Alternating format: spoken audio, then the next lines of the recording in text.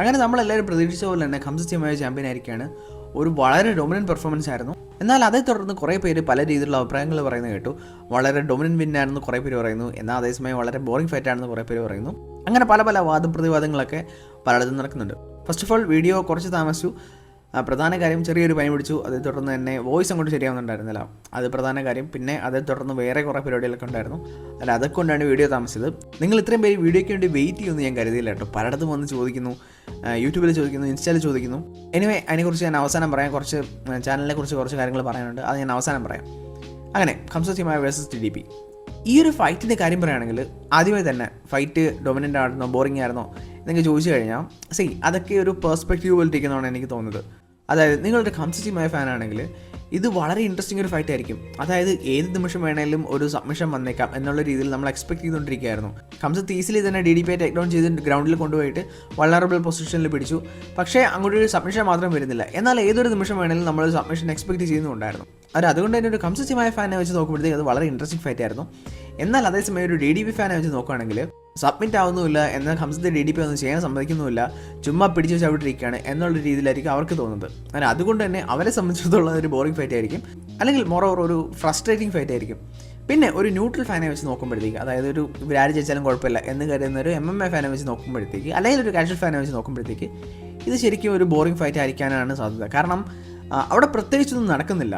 മാത്രമല്ല ഈ ഒരു ഫൈറ്റിൻ്റെ സ്റ്റാറ്റ്സ് എന്ന് പറയുമ്പോഴത്തേക്ക് ശരിക്കും കുറച്ച് രസമുള്ളൊരു സ്റ്റാറ്റ്സ് ആയിരുന്നു.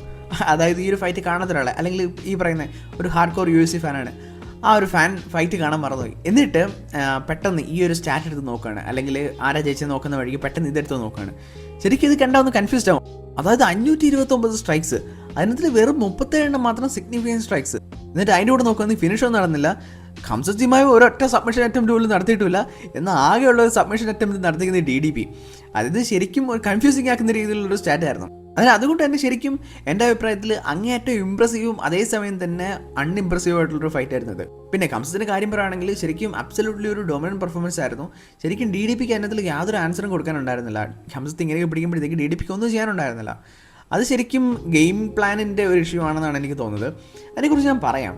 അതായത് ഇപ്പം ഇവർക്ക് രണ്ടുപേർക്കും പ്രത്യേകിച്ച് ഗെയിം പ്ലാൻ ഒന്നും ഉണ്ടായിരുന്നില്ലെന്ന് എനിക്ക് തോന്നുന്നു. ഇപ്പം DDPയുടെ ക്യാമ്പിനാണെങ്കിലും ഖംസത്തിൻ്റെ ക്യാമ്പിനാണെങ്കിലും പ്രത്യേകിച്ച് ഗെയിം പ്ലാനിനെ കുറിച്ചിട്ട് അവർ ഇങ്ങനെ ചെയ്യും അങ്ങനെ ചെയ്യും ഒന്നും പറഞ്ഞു കേൾക്കുന്നില്ല. ഖംസത്താവട്ടെ കംപ്ലീറ്റ്ലി വർക്ക് ചെയ്തുകൊണ്ടിരുന്നത് കാർഡിയോയിലായിരുന്നു. കാരണം അതിനകത്തിൽ ചെറിയ ഇമ്പ്രൂവ്മെൻറ്റ്സ് വന്നിട്ടുണ്ട്, അത് ഈ ഒരു മാച്ചിൽ കണ്ടു. പിന്നെ കാർഡിയോ ഇഷ്യൂ കംപ്ലീറ്റ്ലി സോൾവ് ആയി. ഇനി ഖംസത്ത് എന്തായാലും ഈസിലി 5 റൗണ്ട് പോകും എന്നൊക്കെ കുറേ പേര് പറയുന്നത് കേട്ടു. അതിനകത്തിൽ എനിക്ക് ചെറിയൊരു അഭിപ്രായ വ്യത്യാസമുണ്ട്. എന്താ ഞാൻ പറയാം. അതിന് ഈ ഒരു ഫൈറ്റിലേക്ക് വരുമ്പോഴത്തേക്ക് ശരിക്കും ഖംസത്തിന് പ്രത്യേകിച്ച് ഗെയിം പ്ലാൻ ഒന്നും ഇല്ലായിരുന്നു. എത്രയും കൂടുതൽ ലാസ്റ്റ് ചെയ്യാം അത്രയും ലാസ്റ്റ് ചെയ്യുക, അതിനുവേണ്ടി കാര്യം ഇമ്പ്രൂവ് ചെയ്യുക. DDPയുടെ കാര്യമാണെങ്കിൽ ഞാൻ വീഡിയോയിൽ തന്നെ പറഞ്ഞിട്ടുണ്ടായിരുന്നു, പ്രത്യേകിച്ച് ഒന്നും കേൾക്കുന്നില്ല. അവരാകെ പറയുന്നതിൻ്റെ കാര്യം എന്തായാലും 2-3 റൗണ്ട് കഴിയുമ്പോഴത്തേക്ക് ഖംസത്ത് ടയർഡാവും, എന്നിട്ട് ബാക്കി കാര്യങ്ങൾ ചെയ്യാം എന്നുള്ള രീതിയിലായിരുന്നു അവരുടെ ഗെയിം പ്ലാൻ. പക്ഷേ പ്രശ്നം എന്ന് പറയുമ്പോഴത്തേക്ക് ഖംസത്ത് ടയർഡായില്ലേ, ഒരേ കാര്യം തന്നെ ഖംസത്ത് 5 റൗണ്ട് ചെയ്തുകൊണ്ടിരുന്നു. DDP ഡൊമിനേറ്റ് ചെയ്ത് കളയുകയും ചെയ്തു. ആ ഒരു ഫൈറ്റിൻ്റെ ഇടയിൽ തന്നെ ആ ഒരു ഫസ്റ്റ് റൗണ്ടിൻ്റെയും സെക്കൻഡ് റൗണ്ടിൻ്റെയൊക്കെ ബ്രേക്കിൻ്റെ സമയത്ത് കോച്ചും DDPയും കൂടെ ചിരിക്കുന്നൊക്കെ ഉണ്ടായിരുന്നു. കാര്യം ഓക്കെ ഖംസത്ത് എന്തായാലും കുറേ വർക്ക് ചെയ്യുന്നതുകൊണ്ട് ഇപ്പോൾ ക്ഷീണിക്കും എന്ന് പറഞ്ഞുകൊണ്ടിരിക്കുകയായിരുന്നു. പക്ഷേ ഖംസത്ത് ക്ഷീണിച്ചില്ല.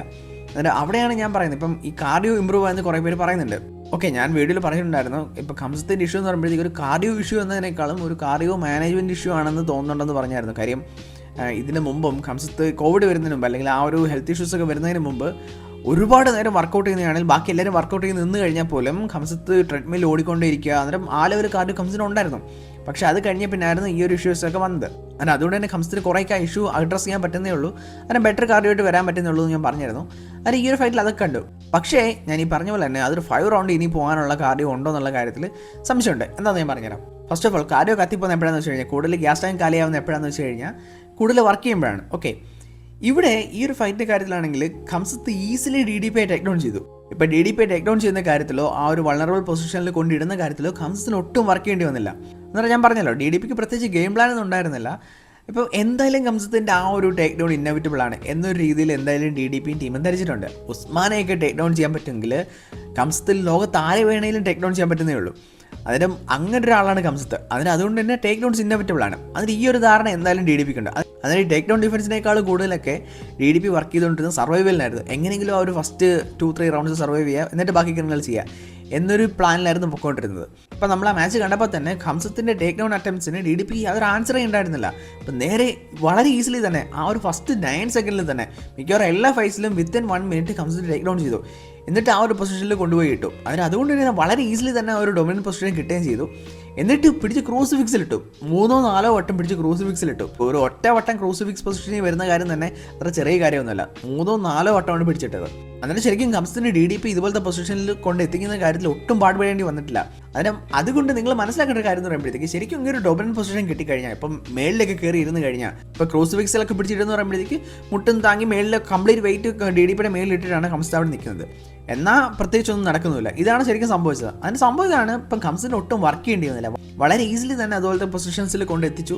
പക്ഷേ ബാക്കി കാര്യങ്ങൾ അങ്ങോട്ട് മുന്നോട്ട് പോകുന്നില്ല. അത് ഈ ഒരു രീതിയിലായിരുന്നു നടന്നുകൊണ്ടിരുന്നത്. അതുകൊണ്ടാണ് ശരിക്കും കംസത്ത് 5 റൗണ്ട് പോയത്. എന്ന് വെച്ചാൽ 5 റൗണ്ടിൽ ശരിക്കും യാതൊരു കുലുക്കമില്ല എന്നൊന്നുമല്ല, പക്ഷേ കമ്പാരിറ്റീവ്ലി ഒരുപാട് ബെറ്ററാണ്. നമ്മളെല്ലാവരും എക്സ്പെക്ട് ചെയ്യുന്നതിനേക്കാൾ ഒരുപാട് ബെറ്റർ ആയിരുന്നു. അന്നേരം ഞാൻ പറഞ്ഞു വരുന്നത് പറയുമ്പോഴത്തേക്ക് ശരിക്കും ഗ്രൗണ്ടിൽ DDPക്ക് കംസിനെ കുറേ കൂടെ വർക്ക് ചെയ്യിക്കാൻ പറ്റിയിരുന്നെങ്കിൽ, അതായത് തിരിച്ച് ഗ്രാബിൾ ചെയ്യാൻ നോക്കുമോ, അല്ലെങ്കിൽ ഇതുപോലെ സ്ക്രോൾ ചെയ്തിട്ട് ഗ്രൗണ്ടിലേക്ക് പോകാതിരിക്കാൻ നോക്കുമോ, ഡിഫൻസ് കാണിക്കുമോ, എന്തെങ്കിലും ചെയ്തിരുന്നെങ്കിൽ, ശരിക്കും കംസിനെ കുറേ കൂടെ വർക്ക് ചെയ്തിരുന്നെങ്കിൽ DDPയുടെ ഗെയിം പ്ലാൻ ഒരു പക്ഷേ നടന്നേനെ. അതായത് കംസിനെ ടയർഡാക്കോ, അല്ലെങ്കിൽ ഹെവി ഗ്രാപ്ലിങ്ങിനൊക്കെ ഏർപ്പെടുമ്പോഴത്തേക്ക് കംസിന് ടയർഡാവോ കാര്യങ്ങളൊക്കെ ചെയ്തേനെ ഒരു പക്ഷേ. അപ്പം കംസിൻ്റെ കാര്യം ഒരുപാട് ഇമ്പ്രൂവ് ആയി കഴിഞ്ഞാൽ പോലും ശരിക്കും ആ ഒരു 4th റൗണ്ടൊക്കെ ആകുമ്പോഴത്തേക്ക് ശരിക്കും കംസിനെ ടയർഡാക്കാൻ പറ്റുന്നേ ഉണ്ടായിരുന്നുള്ളൂ. പക്ഷേ ഇതാണ് DDP കംസിനെ ഒട്ടും തന്നെ വർക്ക് ചെയ്യിച്ചില്ല. എനിക്ക് തോന്നുന്ന ഇതാണ്. ഇനി ശരിക്കും വരുന്ന മാച്ചുകൾ കാണുമ്പോൾ നമുക്കറിയാം ഒരുപക്ഷേ ഈ ധാരണ കംപ്ലീറ്റ്ലി തെറ്റായിരിക്കും. പക്ഷേ എനിക്ക് തോന്നുന്ന കാര്യമാണ് ഞാൻ പറഞ്ഞത്. കംസിനെ ശരിക്കും വർക്ക് ചെയ്യിക്കാൻ പറ്റിയ ആരെങ്കിലും ഉണ്ടെങ്കിൽ നമുക്കത് കാണാൻ പറ്റും എന്നാണ് എനിക്ക് തോന്നുന്നത്. പിന്നെ കാർഡിയോയുടെ കാര്യം പറഞ്ഞപ്പോഴേ നമുക്കൊരിക്കലും DDP മെൻഷൻ ചെയ്തിരിക്കാൻ പറ്റത്തില്ല. ഞാൻ ഈ പറഞ്ഞ കാര്യം തന്നെ, ഇപ്പം കംസത്ത് വളരെ ഈസിലി തന്നെ ഒരു ഡൊമിനൻ പൊസിഷൻ എടുത്തു. അതിന് DDP അടി കിടക്കാണ്. ഓക്കെ, പക്ഷേ അവിടെ കിടന്ന് സർവൈവ് ചെയ്യാനാണ് നോക്കുന്നത്. അവിടെ കിടന്ന് തള്ളി മാറ്റാൻ നോക്കുന്നു, കുടഞ്ഞെറിയാൻ നോക്കുന്നു, എന്തൊക്കെ ചെയ്യുന്നു. കംസത്ത് മണ്ടേന്ന് മാറുന്നില്ല. ഇപ്പോൾ ഏറെക്കുറെ 22 മിനിറ്റോളം കൺട്രോൾ ടൈം ഉണ്ടായിരുന്നു. ആ 22 മിനിറ്റും ഏറ്റവും കൂടുതൽ വർക്ക് ചെയ്ത് DDP ആണ്. എന്നിട്ട് പോലും 5th റൗണ്ടിൽ കംസത്ത് ഫാൻസിന് ചെറിയൊരു ഹാർട്ട് അറ്റാക്ക് കൊടുക്കാൻ DDPക്ക് പറ്റി. ശരിക്കും ഇൻസൈൻ ലെവൽ ഓഫ് കാർഡിയോ DDPക്ക് ഉണ്ട്. ഞാൻ പറഞ്ഞിട്ടുണ്ടല്ലോ, DDPക്ക് മൂക്കിന് ചെറിയൊരു ഇഷ്യൂ ഉണ്ടായിരുന്നു. അതുകൊണ്ട് തന്നെ മുമ്പ് ഇതുപോലെ ഒരുപാട് റൗണ്ട് ലാസ്റ്റ് ചെയ്യുന്ന കാര്യമൊന്നും ഇല്ലായിരുന്നു. പക്ഷേ അതൊക്കെ റെഡിയാക്കി വന്ന DDP എന്ന് പറയുമ്പോഴത്തേക്ക് ശരിക്കും ഈ പറയുന്ന 5 റൗണ്ട് അല്ല, ഇപ്പം 6-7 റൗണ്ട് പോകാനുള്ള കാര്യം DDPക്ക് ഉണ്ട്. അത് ശരിക്കും സമ്മതിച്ച് കൊടുത്തേ പറ്റത്തുള്ളൂ. പിന്നെ ഈ പറഞ്ഞ പോലെ തന്നെ ആ ഒരു 5th റൗണ്ടിൻ്റെ കാര്യം പറയുമ്പോഴത്തേക്ക് കുറച്ച് പലരും കോൺട്രവേഴ്ഷ്യലായിട്ട് പറയുന്നുണ്ട്. എസ്പെഷ്യലി നമ്മുടെ റെഫറി സെപ്പറേറ്റ് ചെയ്തായിരുന്നല്ലോ, അത് ഇതിനെ ഒരുപാട് പേരും ക്രിറ്റിസൈസ് ചെയ്യുന്ന കണ്ടു. അതായത് അങ്ങനെ സെപ്പറേറ്റ് ചെയ്യാൻ പാടില്ല, കംസത്ത് അങ്ങനെ ഒരു ഡൊമിനൻ പൊസിഷൻ ഇരിക്കുകയാണ്, അന്നേരം സെപ്പറേറ്റ് ചെയ്യുന്നത് ശരിയല്ല, അത് ശരിക്കും DDP ജയിപ്പിക്കാൻ നോക്കുകയാണ് എന്നുള്ള രീതിയിലൊക്കെ പറയുന്നത് കേട്ടു. ഇതിലെനിക്ക് പറയാനുള്ളൊരു കാര്യം എന്ന് പറയുമ്പോഴത്തേക്ക്, ഫസ്റ്റ് ഓഫ് ഓൾ UFC എന്ന് പറയുമ്പോഴത്തേക്ക് ഒരു എൻ്റർടൈൻമെൻറ്റ് കമ്പനി കൂടാണ്. ഓക്കെ, അതായത് ഇപ്പം ലോകത്തെ ഏറ്റവും ബെസ്റ്റ് ഫൈറ്ററിനെ കണ്ടുപിടിക്കുന്നൊരു സംഭവം കൂടെയാണ്. ബട്ട് എങ്കിലും അതുപോലെ തന്നെ ഒരു എൻ്റർടൈൻമെൻറ്റ് കമ്പനി കൂടെയാണ്. ഇപ്പം നമ്മൾ വെറുതെ ലോകത്തിലെ ഏറ്റവും ബെസ്റ്റ് ഫൈറ്ററിനെ കണ്ടുപിടിക്കാനുള്ള ഒരു പരിപാടി മാത്രമായിരുന്നെങ്കിൽ റൗണ്ടോ പ്രത്യേകിച്ച് വലിയ റോളോ ഒന്നും ഇല്ലാതെ ചുമ്മാ 2 പേരെ കേജി കയറ്റി വിടായിരുന്നു. പക്ഷേ അങ്ങനെ ഒരു സിറ്റുവേഷനിലേക്ക് പോയി കഴിഞ്ഞാൽ, ഇപ്പം നമ്മുടെ ഖബീബ് റീസെൻ്റ്ലി പറഞ്ഞായിരുന്നല്ലോ, അതായത് ഇപ്പം ഞാൻ UFC എന്തെങ്കിലും റിഫോം കൊണ്ടുവരികയാണെങ്കിൽ ഞാൻ റൗണ്ട്സ് എടുത്ത് മാറ്റുമെന്ന് പറഞ്ഞായിരുന്നല്ലോ. അന്നേരം ഓക്കെ, അതൊക്കെ ശരിയാണ്. ഇപ്പം ഏറ്റവും ബെസ്റ്റ് ഫൈറ്റർ ആരെന്നൊക്കെ ചിലപ്പോൾ കണ്ടുപിടിക്കാൻ പറ്റിയേക്കും. പക്ഷേ പ്രശ്നം എന്ന് പറയുമ്പോഴത്തേക്ക് എപ്പോഴും ഒരേ രീതിയിൽ എൻഡ് ചെയ്യണമെന്നില്ല. ഇപ്പോൾ ഒരു നോക്കൗട്ടിലോ അല്ലെങ്കിൽ ഒരു ഭയങ്കര ഗ്രൂസം ഫൈറ്റിലോ എൻഡ് ചെയ്യണമെന്നില്ല. ചിലപ്പോൾ ബോർ ഫൈറ്റിലോ എൻഡ് ചെയ്യാം. ഇപ്പോൾ ഒരു എക്സാമ്പിൾ പറയുകയാണെങ്കിൽ, നിങ്ങൾ horse Gracy versus shamrock second fight, ഈ ഒരു ഫൈറ്റ് നിങ്ങൾ പോയി കാണണം. ഹോംവർക്കാണ്, നിങ്ങൾ പോയി കണ്ടു നോക്ക്.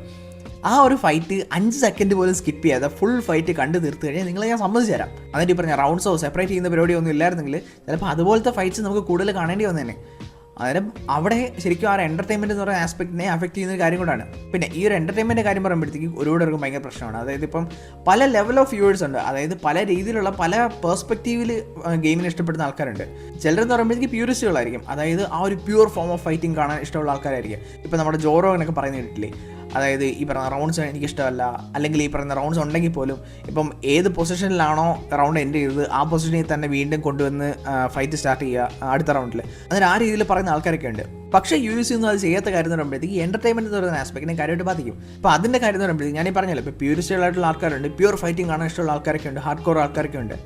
പക്ഷേ ഇപ്പം ഈ ഒരു ഫൈറ്റ് കാണാൻ വരുന്ന എല്ലാവരും അതുപോലത്തെ ഉള്ള ആൾക്കാരല്ല. അങ്ങേയറ്റം ഹാർഡ് കോറായിട്ട് സകല ഫൈറ്റും കാണുന്ന അങ്ങനത്തുള്ള ആൾക്കാരായിരിക്കത്തില്ല അവിടെ വന്നിരിക്കുന്നത്, അല്ലെങ്കിൽ അങ്ങനത്തുള്ള ആൾക്കാരായിരിക്കത്തില്ല പൈസ കൊടുത്തത് കാണുന്നത്. ഇവരൊക്കെ എന്ന് പറയുമ്പോഴത്തേക്ക് ഇപ്പം ഏതെങ്കിലും അവർക്ക് ഇഷ്ടപ്പെട്ട ഏതെങ്കിലും 1-2 ആൾക്കാരുടെ ഫൈറ്റ് കാണാനൊക്കെ വന്നിരിക്കുന്നവരായിരിക്കും. അവരെയാണ് നമ്മൾ ബേസിക്കലി കാഷ്വൽസ് എന്ന് പറയുന്നത്. അതായത് ഇമ്പോർട്ടൻറ്റ് ഫൈറ്റ്സ് മാത്രം കാണാൻ വന്നിരിക്കുന്ന ആൾക്കാരെ.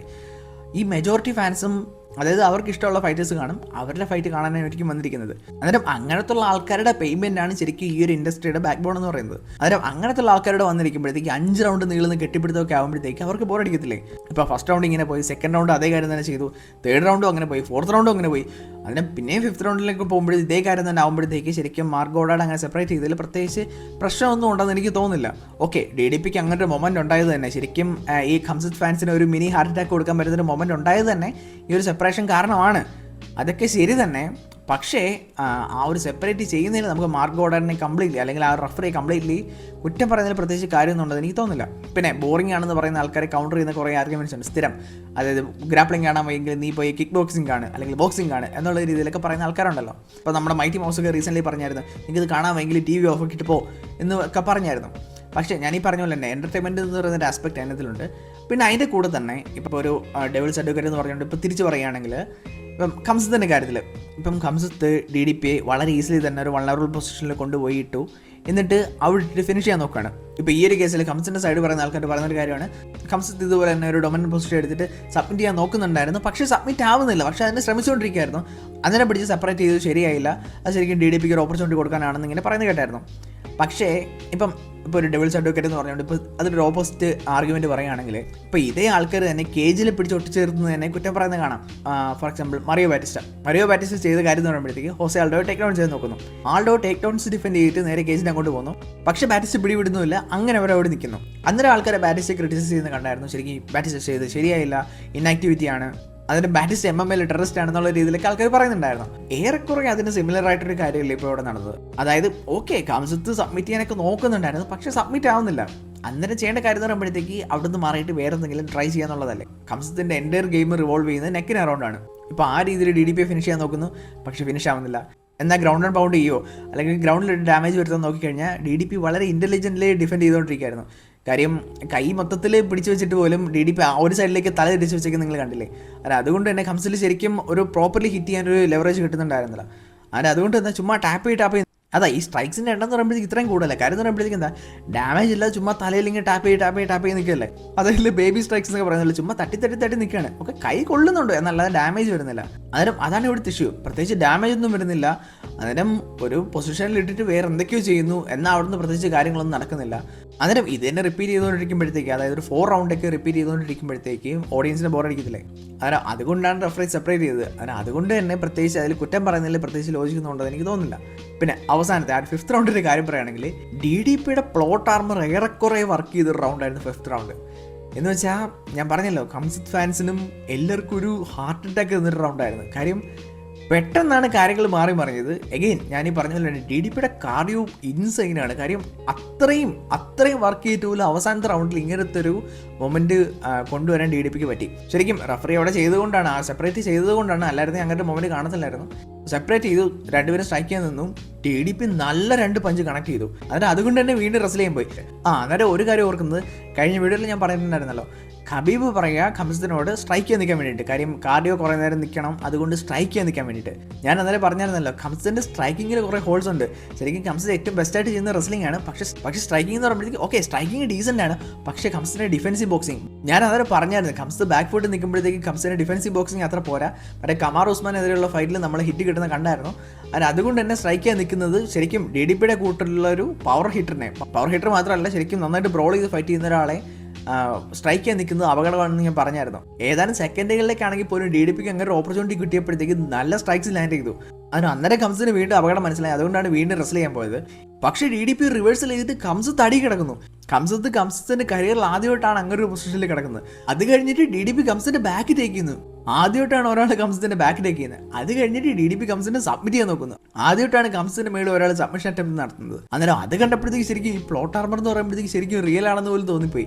ശരിക്കും DDP ആ ഒരു സംഭവം പുൾ ഓഫ് ചെയ്തിരുന്നെങ്കിൽ, DDP ഖംസത്തിനെ സബ്മിറ്റ് ചെയ്തിരുന്നെങ്കിൽ ഒന്ന് ആലോചിച്ച് നോക്കേ, ഇത്രയും ഡൊമിനൻറ്റ് ചെയ്യപ്പെട്ടിട്ട് അവസാനം ഇങ്ങനൊരു സംഭവം ചെയ്യാന്ന് പറയുമ്പോഴത്തേക്ക് ആ പ്ലോട്ട് ആർമർ എന്ന് പറയുമ്പോഴത്തേക്ക് അബ്സല്യൂട്ട് റിയൽ ആയിരുന്നു തന്നെ. എന്തായാലും അത് നടന്നില്ല, കാരണം DDP ഒരു വിയേർഡ് പൊസിഷനിലായിരുന്നു. അതുകൊണ്ട് തന്നെ പ്രോപ്പർലി ഒരു റിയർ നെക്കഡ് ഷോ ഒന്നും ചെയ്യാൻ പറ്റുന്നുണ്ടായിരുന്നില്ല. അങ്ങനെ ഏറെക്കുറെ സമയം തീർന്നു, ഖംസത്ത് ജയിച്ചു. പക്ഷേ ശരിക്കും ഒരു ക്രേസി ഫൈറ്റ് ആയിരുന്നു. അതാ ഞാൻ ആദ്യം പറഞ്ഞേ, അങ്ങേറ്റം ഇംപ്രസീവും അല്ലെങ്കിൽ അങ്ങേറ്റം ഇൻട്രസ്റ്റിങ്ങും അതേസമയം തന്നെ അൺഇംപ്രസീവ് ആയിട്ടുള്ള ഒരു ഫൈറ്റ് ആയിരുന്നു ഇത്. എന്താ ഒരു മിക്സ് ഫീലിങ്സ് തരുന്ന ഒരു ഫൈറ്റ് ആയിരുന്നു. പിന്നെ ഒരു കാര്യം കൂടെ എന്ന് വെച്ച് കഴിഞ്ഞാൽ ഇപ്പം ഈ ഒരു ഫൈറ്റ് ബോറിംഗ് ആണെന്ന് കുറേ പേര് പറയുന്നുണ്ടല്ലോ. ഓക്കെ, ഫൈറ്റ് ബോറിംഗ് ആണ്, അതൊക്കെ ശരി തന്നെ. പക്ഷേ കംസത്ത് ബോറിംഗ് ആണ്, ഇനി ആ ഡിവിഷൻ കുക്ക്ഡായി എന്നൊക്കെ പറയുന്നത് ശരിക്കും ശരിയായിട്ടുള്ളൊരു കാര്യമല്ല. കാര്യം കംസ് എന്ന് പറയുമ്പോഴത്തേക്കും ഒരു ബോറിംഗ് ഫൈറ്റർ ഒന്നുമല്ല. ചുമ്മാ ഇപ്പം ബലാലിൻ്റെ കൂട്ടി കെട്ടിപ്പിടിച്ച് ഒരിടത്ത് കിടക്കുക അങ്ങനത്തെ ചെയ്യുന്ന ആളൊന്നുമല്ല. കംസ് സബ്മിറ്റ് ചെയ്യാൻ മാക്സിമം നോക്കി, പക്ഷേ സബ്മിറ്റ് ആയില്ല. മാത്രമല്ല പല രീതിയിലുള്ള സബ്മിഷനും മറ്റൊക്കെ നോക്കുന്നുണ്ടായിരുന്നു. ഇപ്പം നെക്ക് അറ്റാക്ക് ചെയ്യുന്നു, ഏൽക്കുന്നില്ല. പിന്നെ കൈ പിടിച്ച് തിരിച്ചൊരു അമേരിക്കൻ മീൻസ് ഇത് കിമോറ, ഇത് അമേരിക്കന, ഇതാണ് വ്യത്യാസം. ഒരു അമേരിക്കനെ ട്രൈ ചെയ്തു, അതും വർക്ക് ചെയ്തില്ല. അന്നേരം പരിപാടിയെല്ലാം നോക്കി, പക്ഷേ DDP സബ്മിറ്റ് ആവുന്നില്ല. അന്നേരം എല്ലാവരുടെ കരിയറിലും വരും ഇങ്ങനത്തെ ഏതെങ്കിലും ഫൈറ്റ്സ്. ഓക്കെ, ലോങ് ഓഫ് നിൽക്കുമ്പോഴത്തേക്ക് എല്ലാവരുടെ കരിയറിലും വരും ഇതുപോലത്തെ ലോങ് ഫൈറ്റ്സും ബോറിംഗ് ഫൈറ്റ്സും അല്ലെങ്കിൽ ക്ലോസ് ഫൈറ്റ്സ് ഒക്കെ എല്ലാവരുടെ കരിയറിലും വരും. അതെ, ഈ ഒരു ഒറ്റ ഫൈറ്റിന് പേര് കംസിനെ ബോറിംഗ് എന്നൊക്കെ വിളിക്കുന്നത് അത്ര ശരിയായിട്ടുള്ള കാര്യമല്ല. മാത്രമല്ല എനിക്ക് തോന്നുന്നൊരു കാര്യം എന്ന് പറയുമ്പോഴത്തേക്ക് ശരിക്കും ഈ ഒരു ഫൈറ്റ് കംസത്ത് ചെയ്തൊരു കാര്യം, അതും DDPക്കെതിരെ ഇങ്ങനൊരു കാര്യം ചെയ്യുന്ന പറയുമ്പോഴത്തേക്ക് അതായത് DDP വളരെ സ്ട്രോങ് ഫൈറ്ററാണ്. ആ ഒരു ഡിവിഷനിലെ വെച്ച് നോക്കുമ്പോഴത്തേക്ക് വളരെ ഹ്യൂജ് ആയിട്ടൊരു സ്ട്രോങ് ഫൈറ്ററാണ്. ഇത്രയും ഒരു സ്ട്രോങ് ആയിട്ടുള്ള DDPയെ വളരെ ഈസിലി തന്നെ ഇതുപോലത്തെ പൊസിഷൻസിൽ പിടിച്ച് വെക്കുക എന്ന് പറയുന്ന കാര്യം തന്നെ നിസ്സാര കാര്യമല്ല. പക്ഷേ ആൾക്കാർ ഈ ബോറിംഗ് ആണെന്ന് പറയുന്നൊരു കാര്യം എന്ന് പറയുമ്പോഴത്തേക്ക് നമുക്ക് കംസത്തിൻ്റെ മേളിലൊരു എക്സ്പെക്ടേഷൻ ഉണ്ട്. ഇപ്പോൾ എസ്പെഷ്യലി വിറ്റാക്കറിനെ ഫിനിഷ് ചെയ്തിട്ട് അങ്ങനെ ഒരു വരുന്ന കംസത്താകുമ്പോഴത്തേക്കും നമ്മൾ ഹൈ എക്സ്പെക്ടേഷൻ ആയിരിക്കും. കംസത്ത് വന്നിട്ട് എന്തെങ്കിലും കാണിക്കാൻ നമ്മൾ പ്രതീക്ഷിക്കും. അന്നേരം ഓരോ ഫൈറ്റ് കഴിയുമ്പോഴത്തേക്കും നമ്മുടെ എക്സ്പെക്ടേഷൻ കൂടി വരുവാണ്. അന്നേരം അതുകൊണ്ട് തന്നെ നമ്മൾ അങ്ങനെ കുറേ എക്സ്പെക്ടേഷൻസ് വെക്കുന്നത് കൊണ്ടാണ് അതിൻ്റെ താഴെ ഇനി ഏത് ലെവൽ ഫൈറ്റ്സ് വന്നു കഴിഞ്ഞാലും നമുക്ക് അത്ര സാറ്റിസ്ഫാക്ടറി ആവത്തില്ല. ഇപ്പോൾ എസ്പെഷ്യലി ഇതൊരു ഡൊമൈൻ ഫൈറ്റ് ആയിരുന്നെങ്കിൽ പോലും ഈ ഒരു സ്റ്റൈലിൽ ജയിച്ചത് കൊണ്ട് തന്നെ മാത്രമല്ല DDPക്ക് അവസാനം അങ്ങനെ കുറച്ച് മൊമെൻറ്റ്സ് ഉണ്ടായത് കൊണ്ട് തന്നെ ഈ ഒരു ഫൈറ്റിൻ്റെ കാര്യത്തിൽ പലരും അത്ര ഇമ്പ്രസ്ഡ് ആയിരുന്നില്ല. അപ്പോൾ ബേസിക്കലി ഞാനും അത്ര ഒരു സാറ്റിസ്ഫൈഡ് ആയിരുന്നില്ല. അതായത് ഇതെന്തൊരു ഫൈറ്റ് ആയിരുന്നു എന്നുള്ള രീതിയിലായിരുന്നു, ഒരു മിക്സ് ഫീലിംഗ് ആയിരുന്നു. അതൊക്കെ കൊണ്ടാണ് ശരിക്കും ആൾക്കാർ പല രീതിയിൽ പല ഒപ്പീനിയൻസ് പറയുന്നത്. എല്ലാവർക്കും അവരവരുടെ ഒപ്പീനിയൻസ്, പല പെർസ്പെക്റ്റീവ്സ്. അതാണ്. പിന്നെ കംസത്തിന് ആജീവനാന്തം ബെൽറ്റ് കൊണ്ടോട്ടിരിക്കുക, കംസിനെ ഇനി ആരും തോപ്പിക്കത്തില്ലേ എന്നൊക്കെ ചോദിച്ചു കഴിഞ്ഞാൽ പാടാണ്. കാര്യം ഈ ഒരു വെർഷൻ ഓഫ് കംസിനെ തോപ്പിക്കുന്ന പറയുമ്പോഴത്തേക്ക് അത്ര നിസ്സാര കാര്യമൊന്നുമല്ല. പിന്നെ നമുക്ക് നോക്കാം, ഇപ്പം കയ്യോ ബ്രൽഹോയും എമോവും തമ്മിലുള്ള ഫൈറ്റ് ഉടനെ നടക്കും. അത് കഴിഞ്ഞിട്ട് RDRും ആന്റണി ഹെർണാണ്ടസും തമ്മിലുള്ള ഫൈറ്റും ഉടനെ നടക്കും. അതൊക്കെ കഴിയുമ്പോഴത്തേക്ക് ഒന്ന് കലങ്ങി തെളിയും. അടുത്ത പിക്ചർ എങ്ങനെയൊക്കെയാണെന്നൊന്ന് കലങ്ങി തെളിയും. എന്നിട്ട് അറിയാം ഇനി കംസത്തിനെ ഫൈറ്റ് ചെയ്യുന്ന ആരാണെന്നൊക്കെ. അന്നേരം ഈ ഒരു വെർഷൻ ഓഫ് കംസത്തിനെ എന്തായാലും ആരും തോപ്പിക്കുമെന്ന് എനിക്ക് തോന്നുന്നില്ല. പിന്നെ ഈ പറയുന്ന കംസത്തിന് ശരിക്കും ഒരു ഡീസൻറ്റ് ഫൈറ്റ് എങ്ങനെയാണെന്ന് വെച്ച് കഴിഞ്ഞാൽ ലൈറ്റ് ഹെവിയിൽ പോകുമ്പോഴത്തേക്ക് അങ്കലൈവായിട്ടുള്ള ഫൈറ്റ് നല്ലൊരു ഫൈറ്റ് ആയിരിക്കും. അവിടെ എഗെയിൻ സ്ട്രൈക്കിങ്ങിൽ ശരിക്കും അങ്കലൈവിന് അപ്പർ ഹാൻഡ് കാണും. പക്ഷേ എഗെയിൻ കംസത്തിന് ആ ഒരു ഗ്രാപ്ലിംഗ് വെച്ചിട്ട് അങ്കലൈവിന് എങ്ങനെയാണെന്ന് വെച്ച് കഴിഞ്ഞാൽ കൈകാര്യം ചെയ്യാൻ പറ്റുന്നുള്ളതാണ് എനിക്ക് തോന്നുന്നത്. പിന്നെ ഒരു കാര്യം എന്ന് വെച്ച് കഴിഞ്ഞാൽ ശരിക്കും ഈ ഒരു വിഷമുള്ളൊരു കാര്യം എന്ന് പറയുമ്പോഴത്തേക്ക് ഇപ്പം ഞാൻ പറഞ്ഞിട്ടുണ്ടായിരുന്നല്ലോ, ഇപ്പോൾ DDP എന്ന് പറയുമ്പോഴത്തേക്ക് ഒരു പ്രോപ്പർ പക്ക ചാമ്പ്യൻ ആയിരുന്നു. ആ ഒരു ബെൽറ്റിനെ റെപ്രസെൻറ്റ് ചെയ്യാൻ പറ്റിയ ഒരാളാണ് DDP.